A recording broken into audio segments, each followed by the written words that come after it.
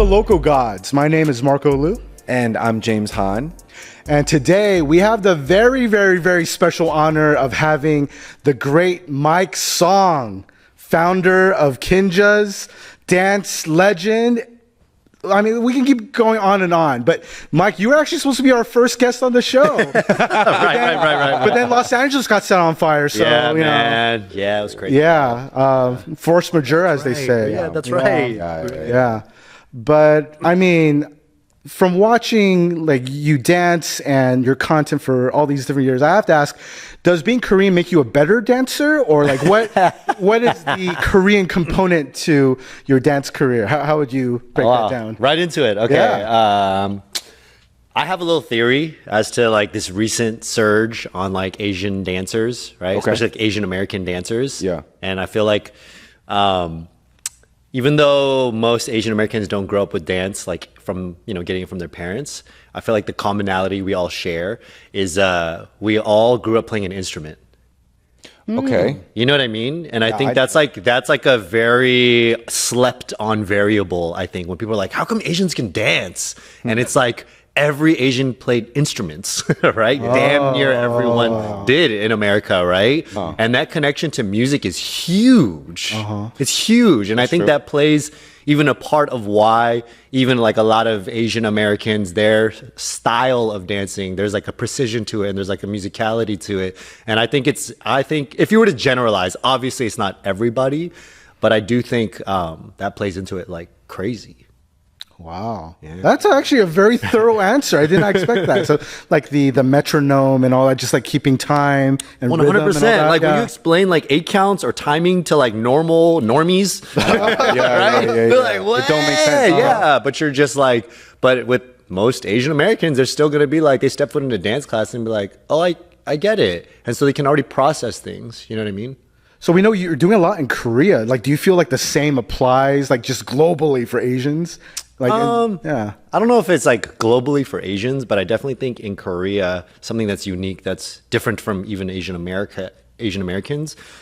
I think the way in which you can get put to work is different.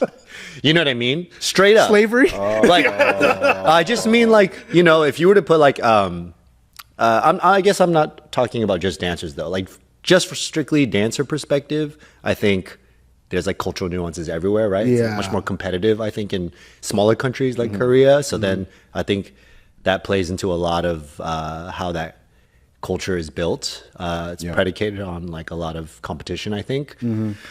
I wouldn't say, maybe not predicated, but it's just definitely a dense factor. Yeah, you know what I mean? You feel that. Whereas like in America, that exists, but there's also so much room for just like creativity and just like, not to say it's not creative over there, but there's a lot more like, it's like lax. There's a very lax vibe in America as well, unless you go into, certain parts of the industry and whatnot. But I think in Korea, it's definitely more competitive. But I also think from like an industry standpoint, in Korea and all of Asia for that matter, like those work hours, there ain't no rules. You're going to 2 a.m. You know what I mean? Yeah. You're You gotta going pretend forever. like you gotta look like you're working. Yeah, you're going forever. They can train you forever, and that won't fly in America For sure. And because Labor that laws. doesn't fly, Oh my God. yeah. What you're bringing up is actually, it's like, it's bigger than dance. It's bigger than culture, in my opinion. This is like a true clash of civilization situation where we always talk about soft skills in the West and how soft power, all that. Yeah, totally. And hard skills and discipline in the East. So if you had to place bets, what would you, given your experience in both East and West? I mean, it's so different, but it's interesting that you bring that up because it's almost like they've used hard skills to acquire soft power. True. Right? I think that's absolutely true for Korea. Yeah. 100%. And so I feel like it worked out pretty well. Like that was the only way they could do it, being such a small country, right? They had to do it like that. And look at them now. You know what I mean? Yeah, bro. Yeah, bro. Damn. Well, we were just talking about this right before, but like the new show that you're on, like James, you I think you know more about this than I do. Like, I mean, I didn't watch that much. I only really watched for Mike. Oh, thanks, man. Appreciate it. Yeah. Street Woman Fighter, bro. Yeah. Season 2 now. you were This is season 3. Oh, whoops. Yeah, What? yeah. Wait, so when I met you in Korea, that was season. That was season 2. Oh, Dang. Okay. So what are you doing in the show? You're not fighting women, right? No, that's exactly what I'm doing. No. Too Korean at that point, right? They should have consulted somebody about that title for sure. Yeah, so Street Woman Fighter is, how do I say this? Imagine like America's Best Dance Crew, right? A dance crew competition show. Mix it with Big Brother. Like there's a reality component to it. And then a little ounce of like writing from production that's like kind of like Physical 100 where they can induce a lot more drama, right? And you mash that into like a bibimbap, right? Yeah. And then you get Street Woman Fighter. And it was just like this huge hit. Came out in 2021, I think, the first season. Like I know it was still during the pandemic, which is why that first season, part of why that first season blew up so much, because not people don't watch TV that much anymore. Yeah. But in Korea during the pandemic, they had that chance for a TV show to blow up. And so a lot of factors. That first season blew up. I think even in Korea, there's not so many, I think like the female archetype in Korea, seeing like girls like battling and like sometimes cursing at each other and just like holding a vibe, like a different type of vibe in that way was so like just like earth shattering. Yeah. And it just created all these cool characters. And so a lot of the ladies from that first season became bona fide stars in Korea. I'm talking like cover of Vogue Korea, cover of like Chanel campaign. Like I'm talking like the whole nine for reals. So they all became like icons off that first season. So then there ended up being, it's a whole franchise. They had a street man fighter. They had a street girl fighter. They had stage fighter, which is like the contemporary dance version. But the component of the franchise that does the best always is street woman fighter. And that's the one where there's been 3 seasons of it. And so I guest judged for Street Man Fighter first, the male version, and then I came back to guest judge for Street Woman Fighter 2, and then this 3rd season is called World of Street Woman Fighter, and it's all global crews. And then they brought back the one Korean crew is actually like this all-star crew where they brought back all the stars from season 1. Wow! And that's who the Korean crew is. Oh, they forced their crew. Ringers. Yeah. Dang. There isn't a Capcom component, right? Because I keep on thinking Street Fighter. I don't know why they haven't reached out for some sort of like, come on. Especially with the world element. At the third, like, whoa, yeah, man. So is there, again, this is a question coming out of ignorance. Is there the same type of awareness in Korea of you that people, especially an Asian American, have of you here? Because I shit you not, I'm glad I can tell this to you in person. When I was in college, the name Mike Song was essentially, I'm not bullshitting out, it was like Michael Jordan among Asian American dancers. You were, you know how Michael Jordan was Black Jesus? You were Asian Jesus to us. Kinjas.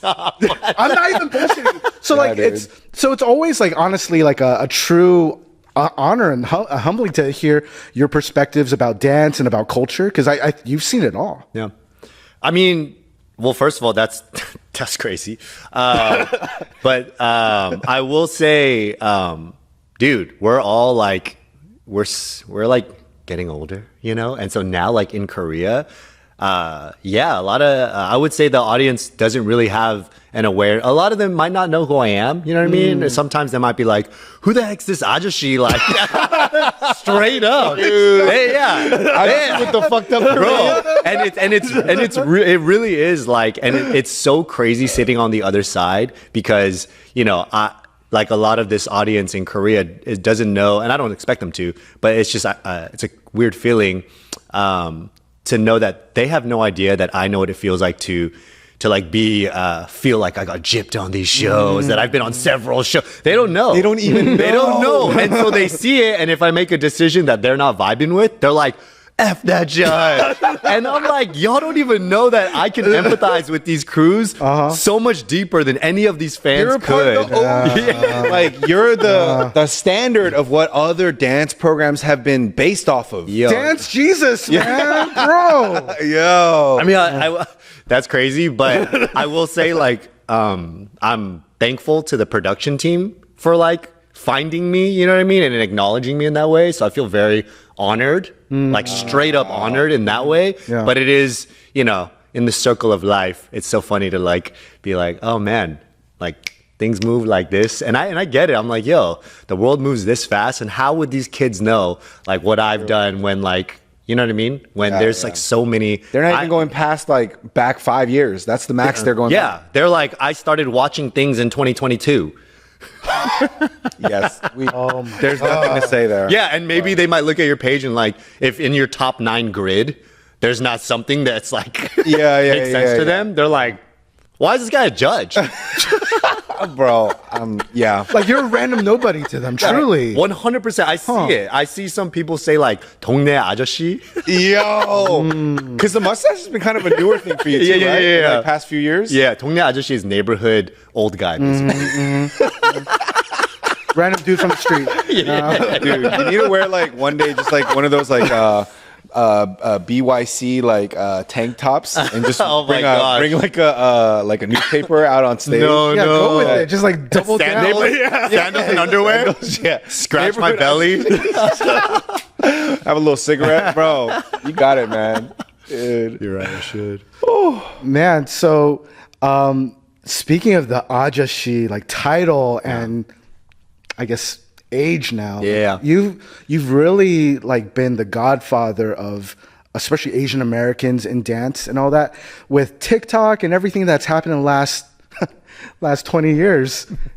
Honestly, it feels weird even for me to say it. Like, how do you view it? Because I feel like people probably ask you to judge or what you think all the time, but like, what is your view from on top as you're seeing your proverbial children kind of carry on the lineage? First of all, this is all of your vernacular right now is wild. Just Godfather is crazy, but I can't think of a better one, man. Honestly, and your children, yeah. But I will say, like,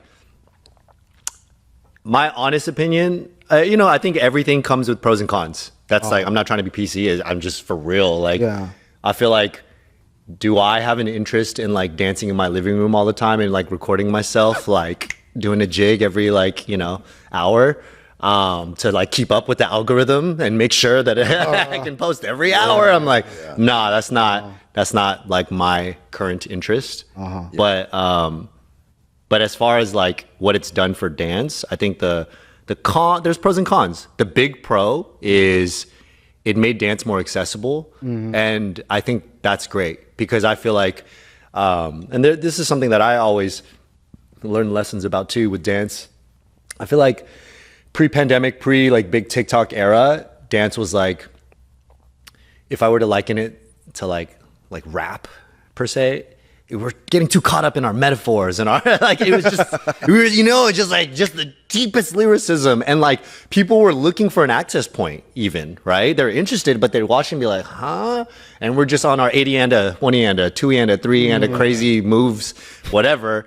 And then it took TikTok or something to be like, oh, like here's the access point. You know what I mean? Oh. And I feel like the same with rapper, it's just like, dude, can you just go na na na na na? Give me something simple. Give us an access point, because I'm not following these metaphors, right? And I feel like that's what it did, and it, even though it may have watered a lot of stuff down, and I think that the big pro is that everybody started getting a bigger interest in dance, so it widened the pool. And so I think that's like the best thing to come out of it. The con for me, sorry, I got to cough. I would say before the pandemic, at least, and I'm only speaking on behalf of like the hip hop mixed genre type choreography. I'm not talking about like ballroom or classical, like they have their own ecosystems with dance. But with this specific type of choreography scene, the way it was in like the 2010s is like there was like this flow of like making concept videos. So after all those like dance TV shows and that had its time and place, it was really about making these elaborate concept videos, and then that was the game. And we weren't even monetizing off those because we were using Like other people's music. lifestyle, those concepts? Like that was part of it for sure, right? But then like everybody, the game was you make those like a long form landscape concept video, and then they got more and more elaborate. And then the reason why that made I don't want to say why that made sense, but why people were able to do that and make a living off of it was because that was kind of like your resume and your marketing for you would get jobs out of that. But I saw that as a pretty cool little like yin yang balance of like, oh, so you can just we're also like learning how to direct, produce on our own, right? And then it's getting more elaborate because we're trying to up the ante. And so like there was this flow of dance videos that started turning more and more cinematic. We're learning more, and our generation of choreographers were really leveling up on a production side as well. And as that started happening and they were getting more and more elaborate, pandemic hits, TikTok comes out. Nobody wants to shoot. Nobody wants to even like productions who even want to hire us don't even want to. It's like, just use this phone. It's only 15 seconds and let's keep costs down. And it just like wiped out this like momentum of like, it was really elevating, like dance was elevating in a certain type of way, right? It was really hand in hand with like cinematography, right? And then I feel like that is an undeniable con. I'm not trying to be one of those like, 동네 about TikTok because I love what it's done in expanding things, but I do think it's irrefutable that it kind of cut out like a lot of like the cinematography, cohesion that was happening with dance. Yeah, you're speaking my language because you sound like an independent filmmaker. Yeah. I'm honestly we're on the same page when it comes to that. Yeah. The art of it has suffered undeniably with like just all the verticals being promulgated. 100%. But before James gets into it, I have to ask, since you brought up the rapper allegory, if you were an OG rapper, who would you be? Who is your persona, since you brought that up? Oh, man. If I was an OG rapper, who would I be?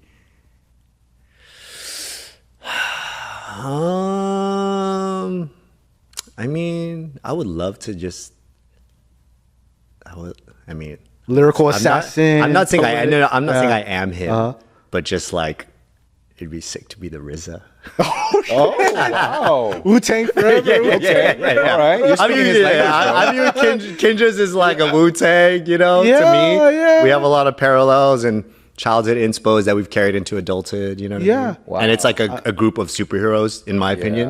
So I have to ask a quick follow-up because I'm sure it's out there everywhere, but I haven't gotten the origin story.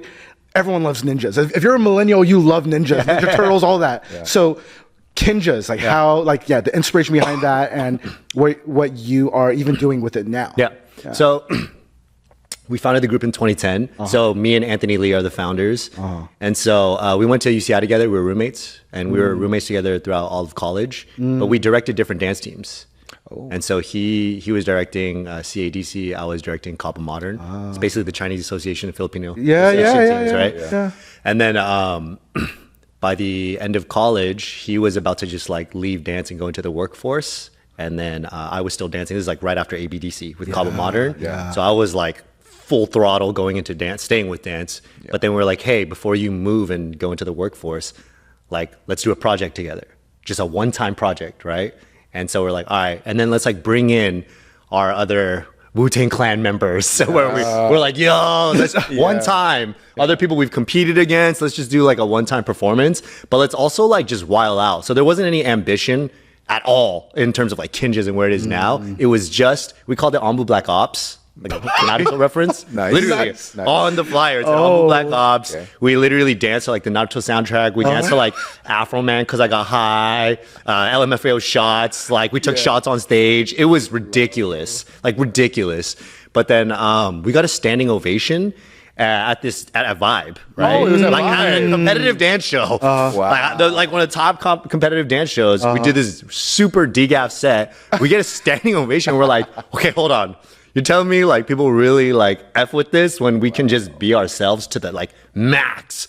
So then Anthony quit his job, and then we were just like, all right, let's like focus on dance. And we did, but we didn't necessarily focus on Kinjas.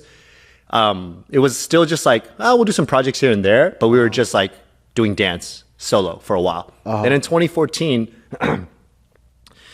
me and Anthony started living together again, and then we were like, all right, we're kind of years deep into this dance game, and now let's like, our brain started kind of pontificating on, what if we were to like create a company? What would that look like? And like join forces and do something that is kind of beyond ourselves, because we know, I don't know, just a lot of thoughts went into it of there's a timeline with dance and something that we can create beyond ourselves, and like, branding a person versus branding an idea is just something that we feel like is something that means more to us, but also more worth our time and just more interesting to us, right? So we're like, well, we have Kinjas. Right now, it's just like this Ambu Black Ops, like funny thing. But like, why don't we like go a little further with this? And so at the time, and again, that like cohesion between like cinematography and dance, we were like, that's everything, right? And so we got John Shi, who was the media director for World of Dance at the time. And he was also filming all of our videos. And we convinced him to leave World of Dance at the time. And he's actually the one, fun fact, he's like super ninja of the dance scene, but and just cinematography genius. But he created the term front row for dance videos. It says like blah, blah, blah, front row. That's a thing in the dance community. It's like right? a POV. Yeah. Well, basically, he's just the first one. Now it seems so standard, but he's the first one to just put a slider on stage. Oh, literally just that angle where it used to always just be this far wide far angle. away, you couldn't see anything. That's all it was. He's the one that was just like, what if we put a slider on stage, and that angle that's just totally standard now? Yeah. That's John Shi. Like he did that while he was at World of Dance. Wow. There's so many little things he's done for dance, but he's just like, people don't know. So I love speaking his praises. Yeah. But anyways, we convinced him to leave World of Dance. We're like, hey, let's build a company together. And so yeah, man, from there we took a road trip from New York to LA in 3 weeks, and we're like, let's do some bucket list stuff before we like settle down and really, focus on what we're gonna do. And during that road trip, we just like ideated, did the whole nine. We weren't 30 yet, so we're, you got that, you got that, let's go, right? And it was just very raw, and that I would say that's like the catapult to like what ended up happening, and how we kind of landed to where we are today. Just in a nutshell, just like the beginning part. Damn, bro. Yeah. And that's what how, a story. Vibrancy too, right? Yeah. So y'all are a parent company. Yeah. Shout out to Vibrancy, man. Yeah. Oh, Vibrancy is come on. Oh, yeah. You already know. I know a lot of them are like my friends. Right. Yeah. All the guys. Yeah, man. And now you guys are making noodles, right? Yeah. This is the craziest story. Yeah, there's so much, bro. I still haven't gotten to try any. So, okay. We'll get you some, but we are in I'm not sure if I can say this yet. But we are in like we're setting up for a new relaunch right now because we have a new partner. So hopefully I can say that. I mean, if you can, But so that's the only reason why you can't order it right now. So we're like pausing it right now until we do the relaunch. But we'll get you some. Yeah. Okay, I want to try some. For real. Yeah, man. All right. I remember like when this initially came up, that was like my number one question for you when we had dinner like a few years ago, where it's like, why noodles? Oh, yeah. Okay, so for anyone who knows me, like I have a giant appetite, and my taste buds are like, I'm a very hot and cold person. When I'm serious, I'm just serious. But when I get hype, I like my taste buds, whatever it is, I get too crazy sometimes. And I eat crazy. Like sometimes I would sit down and eat like 2 bowls of ramen, sip all the broth by myself. Like that was just a thing I used to do. Like just go to ramen spots and go off. Oh, Japanese ramen. Like Japanese. I thought you were talking about ramyeon. No. I'm talking like Japanese ramen. I would go by myself. I used to go to this spot called Tokyo Beat.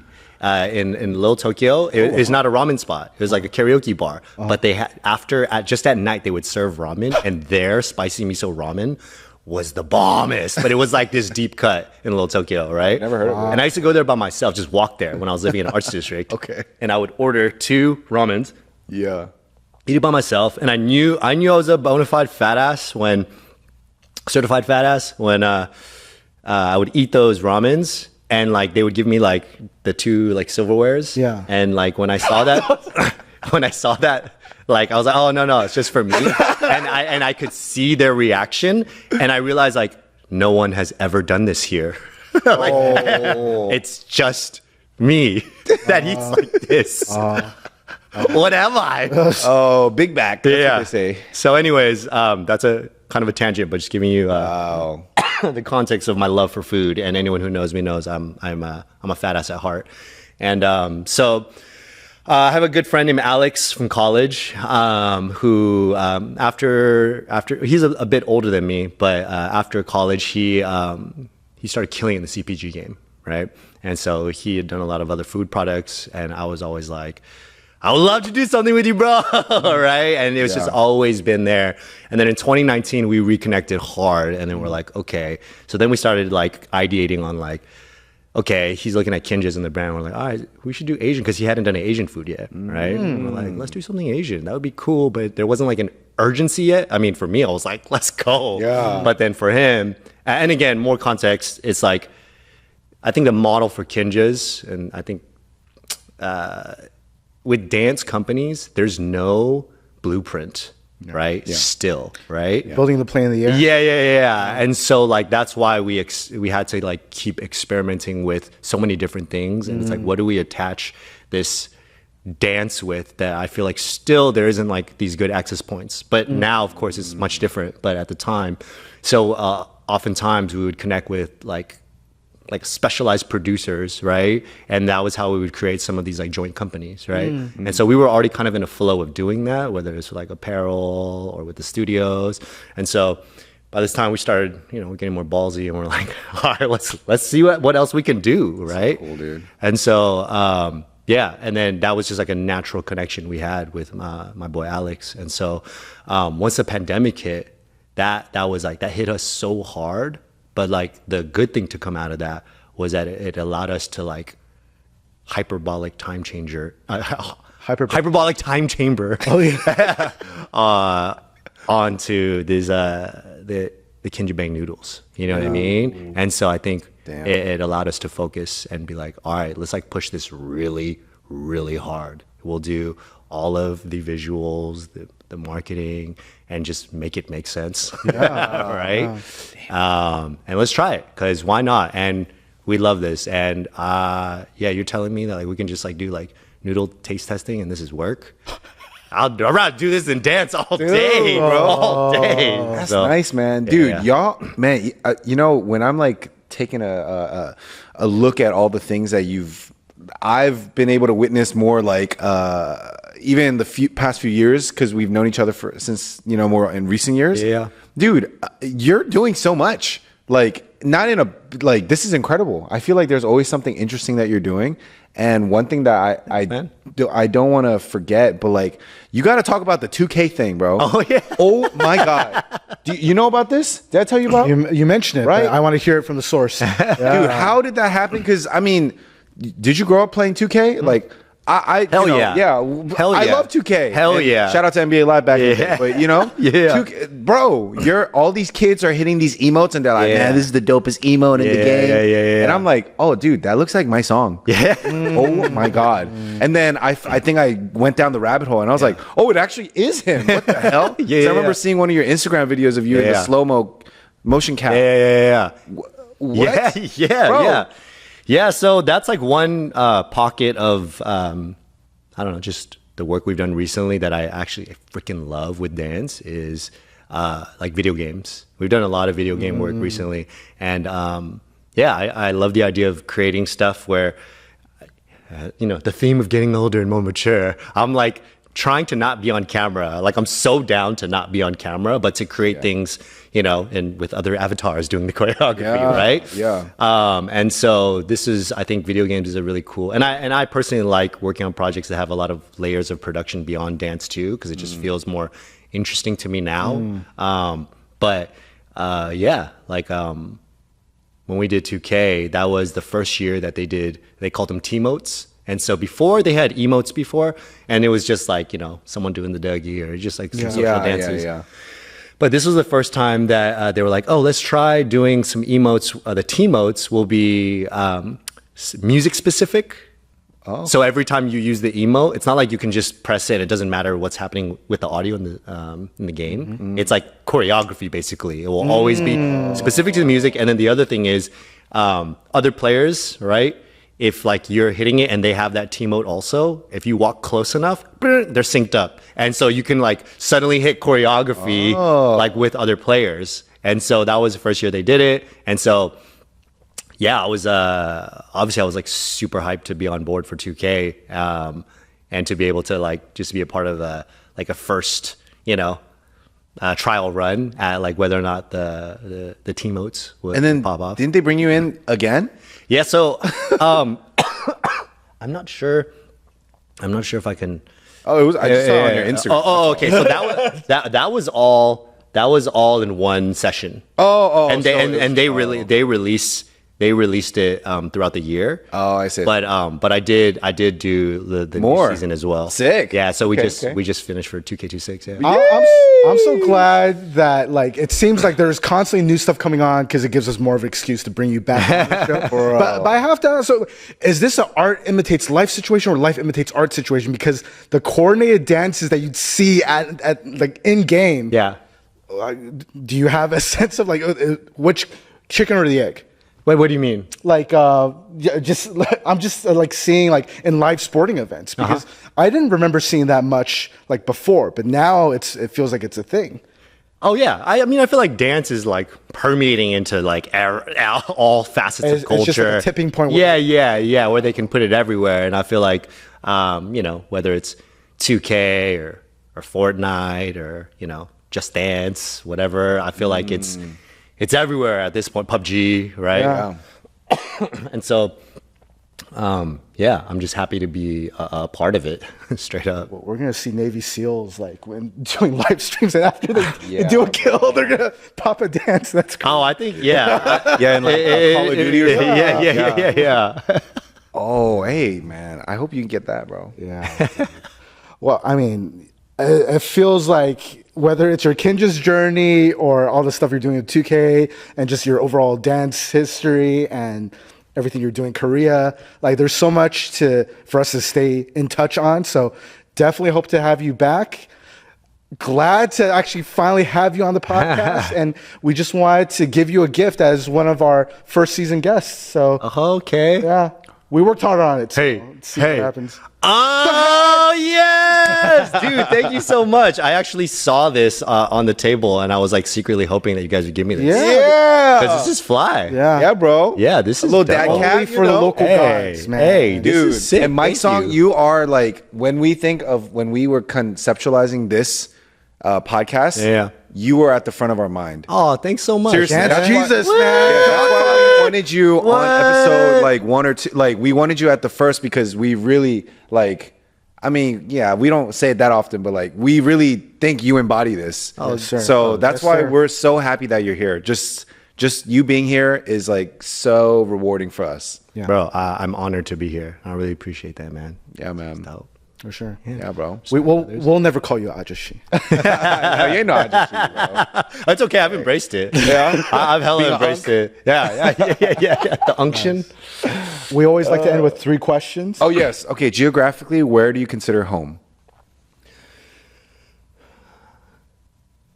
LA. I mean, come on. Pasadena specifically. Pasadena. Okay. Yeah. Let's go. Yeah. Okay. Yeah. So when friends visit from out of town, like where are the food spots that you're taking them, or dessert, or where's a spot where they just gotta go?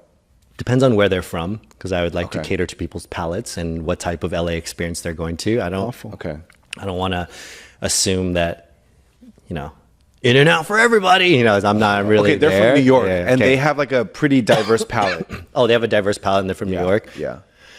Then I would take them to like. What's my current spot that I like at home right now? I like Bone Kettle in Pasadena. That's my jam. Yeah. I would say that's just like it's just like a easy but not. There's like a familiarity to it. I think there's a little bit of a twang, a difference in the cuisine, but it's still there's like some cozy, comfort food vibes, but it's a little bit elevated and there's a vibe. You could drink there, but you could walk around Pasadena as well, downtown. So they like provides a little bit of like an experience. We could walk to, is it called the library? There's that little speakeasy. Right Pasadena local stuff. Just like a little vibe. Mm-hmm. Okay. And the last question is, what is currently on the top of your playlist? On rotation, music. The Clips album, man. Oh yes, dude. OG shit. You know why I really appreciate that album? Damn, man, we could talk about this on another episode. Seriously. I love the Clips album because we're finally getting to see older dudes or legacy artists. Josh, represent. But they're fresh and they're not trying to be young. Yes. They're just being themselves. Yes. But still trying to innovate or do things in a way that's fresh to them. And that inspires all of us. Bro. I love it. I love it. Yeah, I could go out forever about it, dude. Oh my God. And it's the way they're doing their whole rollout too. Yeah. Like the album is already, like just the album alone, already chef's kiss. But the rollout also, like watching the interviews and the way that they're even just framing this whole thing, I'm like, respect. Yeah. Man. Wow. Well, the dance world in Asian America's godfather, Dance Jesus, Mike Song. If somehow people don't already follow you, where can people find you online? Mike O Song, or you can follow Kinjas, KINJAZ. Yeah. I mean, there's really not much more left for us to say, but please follow Kinjas, Mike O Song on socials. Please like, follow, and subscribe Local Gods if you like what you see, and we'll see you next time. Peace. Peace.